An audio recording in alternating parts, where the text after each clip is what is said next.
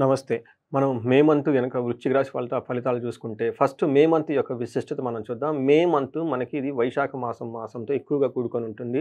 వైశాఖ మాసం చతుర్దశి నుంచి ఇది స్టార్ట్ అవుతుంది. అక్షయ తృతీయ అయిపోయిన నెక్స్ట్ డే కూడా మనకి మే మంత్ స్టార్ట్ అవుతుందనమాట. ఈ మంత్ వైశాఖ మాసం విష్ణుమూర్తికి అత్యంత ప్రీతికరమైన మాసం. ఈ మాసములో ఉదక దానం విష్ణు తుల్యాన్ని తీసుకొస్తుంది. విష్ణు సమత్వాన్ని, విష్ణులోక ప్రాప్తిని తీసుకొస్తుంది అని చెప్పేసి మనకి శాస్త్రాల్లో వివరించబడింది. అంటే ఈ ప్రకారం గనక చూసుకుంటే ఉదకం నారాయణీయం అంటారు. అంటే మంచినీటిని దానం చేసిన, ఉదకం అంటే నీరు. తర్వాత మంచినీటిని దానం చేస్తే ఈ టైంలో మనుషులకు కానివ్వండి, లేదంటే పశువులకు కానివ్వండి, జంతువులకు కానివ్వండి ఎంతో పుణ్యం వస్తుంది. తద్వారా ఈ మాసంలో చేసే యొక్క పుణ్య కర్మలు, దాన ధర్మాల వల్ల మనకి విష్ణులోకం ప్రాప్తిస్తుంది అని చెప్పేసి పురాణాల్లో వివరించడం జరిగింది. మనకి దీని ఒక మంచి సదవకాశంగా తీసుకొని ఎలాంటి నక్షత్రం వాళ్ళైనా సరే, ఎలాంటి రాశి వాళ్ళైనా గానీ మనం ఈజీగా నీటిని గనక దానం చేస్తే చాలా మంచిది. ఇంతకుముందు దీనికి ఒక ప్రొసీజర్ ఉంటుంది. ఒక రాగి చెంబు తీసుకొని దానికి పసుపు, కుంకుమ పెట్టేసి దాని నిండా నీటిని నింపి అందులో కొంచెం తేనె, కొంచెం ఒక యాలక్కాయ కానీ ఏసి, లేదంటే పచ్చకర్పూరం ఏసి ఆ నీటిని తాగటానికి వేరే వాళ్ళకి దాహంగా ఉండటం గనక ఇస్తే, వీలైతే ఆ చెంబు పాత్ర అంటారు కదా! చెంబు అంటారు కదా! మనం దానితో పాటు దాన్ని దానం గనక వాళ్ళకి చేయగలిగితే చాలా పుణ్యం వస్తుంది. అది ఒక ప్రొసీజర్ మనకి ఇంతకుముందు పూర్వకాలంలో చేసేవాళ్ళు. అయితే వీటితో పాటు చలివేంద్రాలు కూడా ఏర్పాటు చేసేవాళ్ళు. కుండల్లో నీళ్లు పెట్టేసి పోయే వాళ్ళకి నీళ్లు ఇస్తూ ఉండేవాళ్ళు. అయితే ఈ మారిన కాలమాన పరిస్థితుల ప్రకారం అది కొన్నిసార్లు కుదురుతుంది, కుదరకపోవచ్చు కాబట్టి వీళ్ళకి ఆల్టర్‌నేటివ్‌గా మనం ఏం చేస్తామంటే ఈ మోడర్న్ టైంలో మీకు కార్‌లో వెళ్ళేటప్పుడు ఒక కేసు వాటర్ బాటిల్ పెట్టుకోండి. లేదంటే బైక్‌లో కొన్ని వాటర్ బాటిల్స్ పెట్టుకోండి. వెళ్ళేటప్పుడు దారిలో ఎవరైనా గనక ఒంటరిగా నడిచి వెళ్తున్నా, దాహంగా ఉన్నా గానీ ఎక్కడన్నా కూడల్లో ఆగేసి వాళ్ళకి ఆ బాటిల్ దానం చేసేసి వెళ్తే ఎంతో పుణ్యం మీకొస్తుంది. ఇది మీరు ఒక సింపుల్‌గా ఒక బెస్ట్ రెమెడీ అని మరి చక్కగా చేస్తే ఎంతో ఉన్నతమైన స్థితి మీకు కలుగుతుంది. అయితే మనకి వృశ్చిక రాశి వాళ్ళకి మే మంత్ గనక చూస్తే ఎలా ఉంటుందంటే, ఫస్ట్ ఇందులో ఉన్న నక్షత్రాలు గనక మనం చూసుకుంటే, ఇందులో విశాఖ 4 పాదం, అనురాధ 1, 2, 3, 4 పాదాలు, జ్యేష్ఠ 1, 2, 3, 4 పాదాలు ఇవంతా మనకి వృశ్చిక రాశిలో ఉంటాయి. పేరు బలం ప్రకారంగా మనం చూసుకుంటే తో, నా, నీ, ను, నే, నో, యా, ఈ, యు అన్న అక్షరాలంతా కూడా మనకి వృశ్చిక రాశిలో ఉంటాయి. మనకి ప్లానెట్ యొక్క స్థితిని బట్టి మనం గనక చూసుకుంటే సూర్య సంచారం వృషభ రాశిలో, బుధ సంచారం మేషంలోను, శుక్రుడు సంచారం మీనంలోను, కుజుడు కర్కాటక రాశిలోనూ ఉన్నారు. ఈ స్థితితో పాటు మే మంత్‌లో 3 గ్రహాలు కూడా మారుతూ ఉన్నాయి. అవి వచ్చేటప్పుడు గురువు, రాహు, కేతువులు మారుతూ ఉన్నారు. ఈ యొక్క గ్రహ స్థితిని బట్టి మనం గనక చూసుకుంటే ఈ మాసం అంతా వీళ్ళకి ఒక నార్మల్‌గా ఉండే అవకాశం ఎక్కువగా ఉంది. తటస్థంగా ఉండే అవకాశం ఎక్కువగా ఉంది. ఈ మాసంలో కుజుడు 9వ ఇంట్లో ఉండి పెట్టాల్సిన బాధలు పెట్టకుండా వీళ్ళకి చక్కగా యోగ్యతనిస్తూ ఉన్నాడు.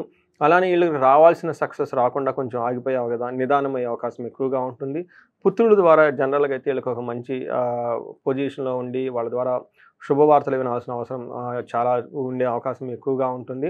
అయితే విపరీత వేద ఉండటం వల్ల ఇప్పుడు మనం చెప్పుకున్న పరిస్థితులు ఏవైతే ఉన్నాయో వాటిని తక్కువగా అనుభవించే అనుభవంలోకి వచ్చే అవకాశం ఎక్కువగా ఉంది. ఒక రకంగా చెప్పాలంటే ఒక్క సూర్యుడు తప్ప మిగతా గ్రహాలన్నీ వీళ్ళకి అంత ఏమి తటస్థంగా ఉన్నాయి. అంటే ఈ మంత్ గనక మనం చూసుకుంటే ఒక సామాన్యంగా ఉండే మంత్ ఈ వృశ్చిక రాశి వాళ్ళకని మనం చెప్పుకోవాలి. 7th హౌస్‌లో సూర్యుడు ఉండటం వల్ల ఏమవుతుందంటే వీళ్ళకి సామంత జన విద్వేషః ధారాపీడాసుతామయం ఉత్సాహ భంగ కార్యాణి గోచారస్తే సప్తమే రవు. 7వ ఇంట్లో గనక రవి ఉండటం వల్ల సామంత జన విద్వేషః, సామంతులు అంటే వీళ్ళ కింద పనిచేసేవాళ్ళు, తర్వాత వీళ్ళ సబార్డినేట్స్ కానివ్వండి, ఎంప్లాయీస్, సపోర్టింగ్ పీపుల్ ఎవరైనా ఉంటే వాళ్ళ నుంచి గొడవలు వచ్చేస్తాయి. అయితే ఎంప్లాయీ కానివ్వండి, లేదంటే మన దగ్గర పనిచేసే వాళ్ళు ఎవరైనా ఉంటే వాళ్ళతో ఎంప్లాయీస్‌తో గొడవలు అయ్యి అవకాశం ఎక్కువగా ఉంటుంది. ధారాపీడ సుతామయం, ధారాపీడం అంటే స్పౌస్ రిలేటెడ్ ప్రాబ్లమ్స్ ఎక్కువగా ఉంటుంది. తర్వాత సుతామయం, సంతానానికి కూడా అనారోగ్యం వచ్చే అవకాశం ఎక్కువగా ఉంది. అంతేకాకుండా ఉత్సాహ భంగకారిణి, ఈ మంత్లో మీరు ఏదైనా కనుక పని చేస్తుంటే వేరే వాళ్ళు మీ యొక్క ఉత్సాహాన్ని నిరుత్సాహం కారే విధంగా ఆటంకాలు పెట్టేసి ఆపేస్తూ ఉంటారు. అంటే ఒక రకంగా కనుక మనం చూసుకుంటూ ఉంటే వీళ్ళకి ఆటంకాలు ఉంటాయి, మిమ్మల్ని నిరుత్సాహపరిచే వాళ్ళు ఉంటారే కానీ బట్ ఓవరాల్‌గా ఈ మంత్ అంతా వీళ్ళకి చాలా బాగుంటుందని మనం చెప్పుకోవాలి. కుజుడు వీళ్ళకి 9వ ఇంట్లో ఉండి ఓవరాల్‌గా గనుక చూసుకుంటే ఒక మంచినే చేస్తూ ఉన్నాడు. విపరీత వేద ఉండటం వల్ల ప్రయాణాలు లాంటివి ఏమైనా జరిగినా గానీ చక్కగా అనుకూలంగా ఉంటాయి. మిమ్మల్ని ఎవరైనా గనక అవమానించాలి అనుకుంటే వాళ్ళ చేసే ప్రయత్నాలన్నీ ఫెయిల్ అవుతూ ఉంటాయన్నమాట. 12వ ఇంట్లో ఉండటం వల్ల కొంచెం హెల్త్ కాంప్లికేషన్స్, హెల్త్ రిలేటెడ్ ఖర్చులు ఎక్కువ ఉండే అవకాశం ఎక్కువగా ఉంది. 4వ ఇంట్లో ఉండటం వల్ల బంధువులకి, మిత్రులకి మధ్య మీకు గొడవలయ్యే అవకాశం ఎక్కువగా ఉంటుంది. ఆరోగ్యం ప్రకారంగా కొంచెం చూసుకుంటే జాగ్రత్తగా ఉండాలి. శుక్రుడు గనక చూసుకుంటే వీళ్ళకి బాగా చక్కగా యోగ్యతనిస్తున్నాడు. 5వ ఇంట్లో శుక్రుడు వీళ్ళకి విపరీతమైన యోగ్యతను తీసుకొనొస్తున్నారు. ఇది ఏ విధంగా అంటే దాసీభృత్య జనలాభః నిత్యం మృష్టాన్న భోజనం ధనధాన్యభీష్టార్థః పంచమస్తేద్ భవేత్ భృగౌ.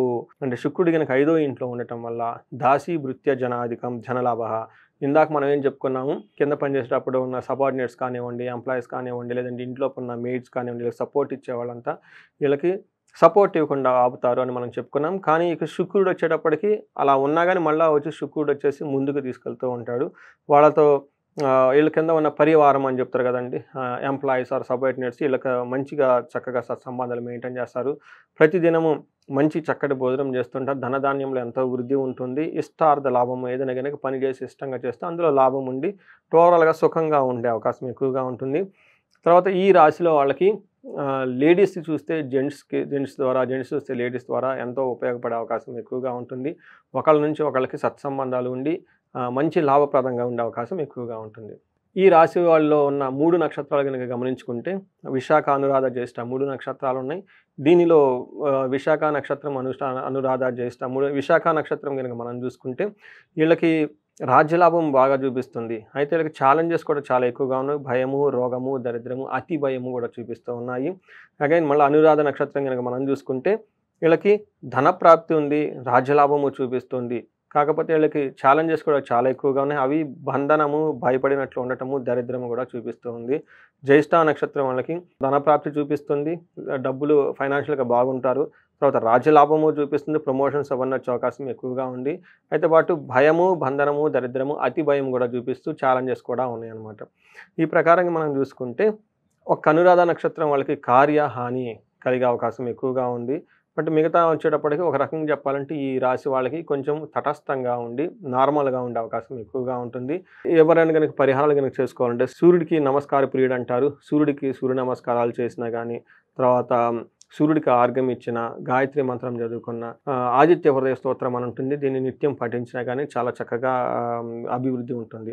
అంతేకాకుండా వీళ్ళకి రాజ్యలాభం చూపిస్తుంది కాబట్టి ఎవరైనా ఉన్నతమైన పదవులు కావాలి, నాయకత్వ లక్షణాలు కావాలి, సీనియర్ మేనేజ్మెంట్ పొజిషన్‌లో గానీ ఎవరన్నా గనక రావాలనుకుంటే వీళ్ళు రాజశ్యామల హోమం గనక చేస్తే 2 రోజులు దీక్షలాగా పట్టుకొని ఎంతో అభివృద్ధి ఉంటుంది. వీళ్ళు అతిగా భయపడే అవకాశం ఎక్కువగా ఉంది కాబట్టి సుబ్రహ్మణ్య ఆరాధన చేసినా, లేదంటే చండీ పారాయణము, చండీ హోమం చేపించుకున్నా గానీ, లేదంటే మన్యు పాశుపత అభిషేకం అని ఉంటుంది. ఇవి చేపించుకుంటే ఈ మన్యు నుంచి భయపడే సిట్యుయేషన్స్ నుంచి, లేకుంటే దిష్టి, నరఘోష, యక్షరాక్షస పీడలు అంటే ఎలాంటివి ఏమైనా ఉన్నా గానీ ఇంట్లో నుంచి బయటికెళ్ళిపోతాయి.